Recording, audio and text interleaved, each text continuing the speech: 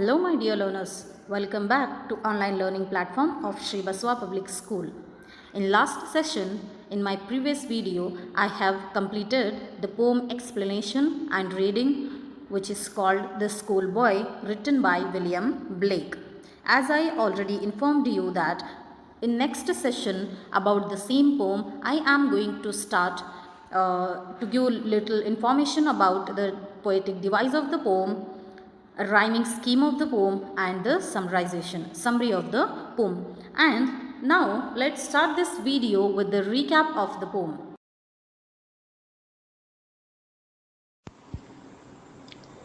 The Schoolboy by William Blake. I love to rise in a summer morn, when the birds sing on every tree, the distant huntsman winds his horn, and the skylark sings with me. Oh, what sweet company! But to go to school in a summer morn, oh, it drives all joy away. Under a cruel eye outborne, the little ones spend a day in sighing and dismay.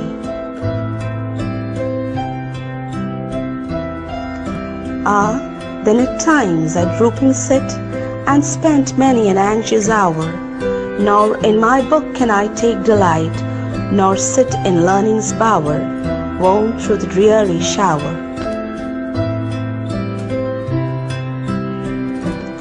How can the bird that is born for joy sit in a cage and sing?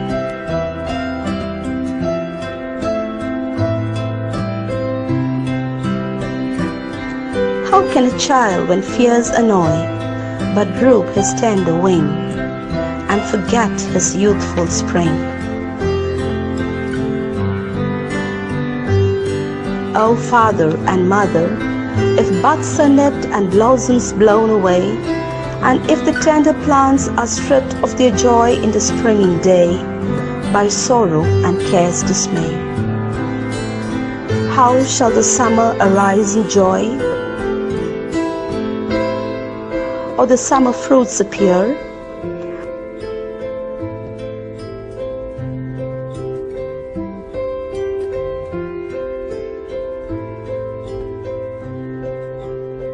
Or how shall we gather what griefs destroy?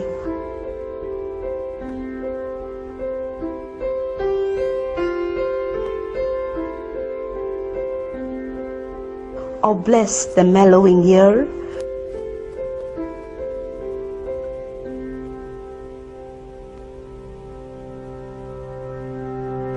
When the blasts of winter appear.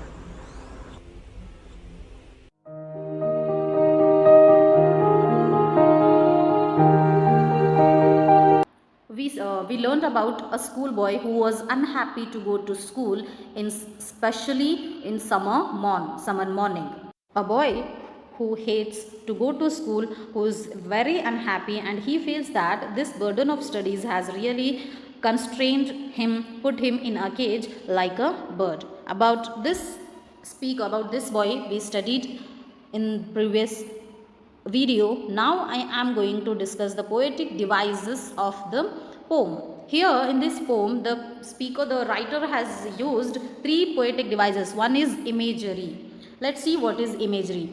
Imagery, this poetic device is through words the poet tries to create the image in reader's mind. For examples, the mood of summer morning, the bird singing, the huntsman who blows his horn, the skylark singing with the schoolboy. This is the imagery and also the example of the imagery, poetic device. And the next one is metaphor. What it refers, let's see. Two things are compared with each other for their similarities, which is called as metaphor. Metaphor means two things will be compared with each other for their similarity. What are those examples? Let's see. How can the bird that is born for joy sit in a cage and sing? If birds are nipped and blossom blown away, and if the tender plants are stripped of their joy in the springing day by sorrow and care's dismay. This is the example for metaphor. Next one is Alliteration. Alliteration means the repetition of beginnings, consonant sounds of the words that come one after the other. This is also used in the poem, and the examples are skylark sings, blossom blown. So here the beginning consonant sound yes and yes has been repeated, and in the second example B and B was also repeated. So it considered as the example for alliteration. Okay. So these are the examples of alliteration, metaphor, and one more is imagery. So now let's move on towards the next one, that is rhyme scheme of the poem. See children, rhyming scheme is the pattern of the rhymes at the end of each line of a poem or a song. It usually referred to by using letters to indicate which lines rhyme here. The lines designated with the same letters all rhyme with each other. For example, if the last word rhymes with the next line, last word, then they are given the same letter. Otherwise, they are given different letters. Let's try to find out the rhyme scheme of first stanza of this poem. Before going to first stanza of the poem, let's find out one example. Here, true friends are by your side. In the last line, we have given A, side, okay. Then, through it all, does it match here, side and all? No. So, what we will give here? B. Then, true friends are there, okay, side, there. Here it matches with A or a B? No. Then we are giving C letter for this line. To catch you when you fall. Then here fall, there, all, side. To which letter it matches here? Okay, second one. So we are giving same letter to this last rhyme scheme. I hope you understand of finding the rhyme scheme of the stanzas. Let's find out here. I love to rise in a summer morn. Children, let's underline the last word and let's give a letter A for it. Okay. When the birds sing on every tree, does it matches here tree and morn? No. Then what we are going to give another letter for this one. B. The distant huntsman winds his horn.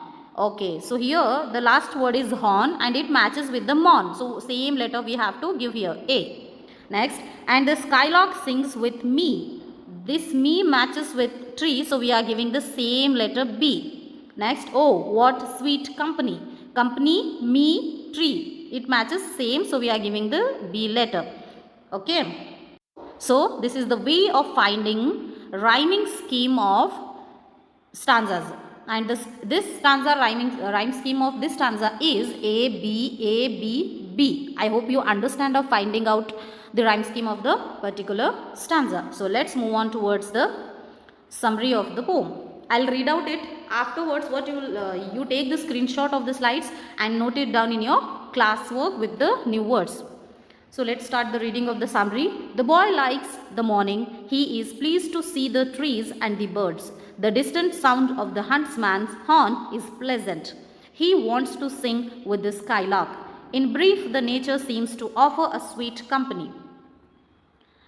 However, his morning hours pass unhappily. He lives a worrisome life in the school. Neither the books nor the teacher's lecture interest him. The pleasure of childhood is in being free and happy like a bird, but a child is put in the school just as a bird is put in the cage. So the child is as unhappy as a caged bird. The parents should understand their fault. Depriving the child of a joy and freedom means depriving the world of its spring. It is like nipping the birds and flowers from the plants. The world is a sorrowful place without happy childhood. In the absence of a happy childhood, we shall have winter of sorrow. The summer heat of joy will never be there. So, this is the summary of the poem. You take the slides, screenshot and note it down neatly in your classwork with the words meaning. So children, now I am going to end up this session with the information of rhyme scheme, poetic devices, summary as well as the recap of the explanation of this poem, The Schoolboy. I hope you understand this session. If you understand the video or my explanation, then do not forget to like the video. And now I am going to end up this with the thank you words. Once again, thank you so much for watching this video.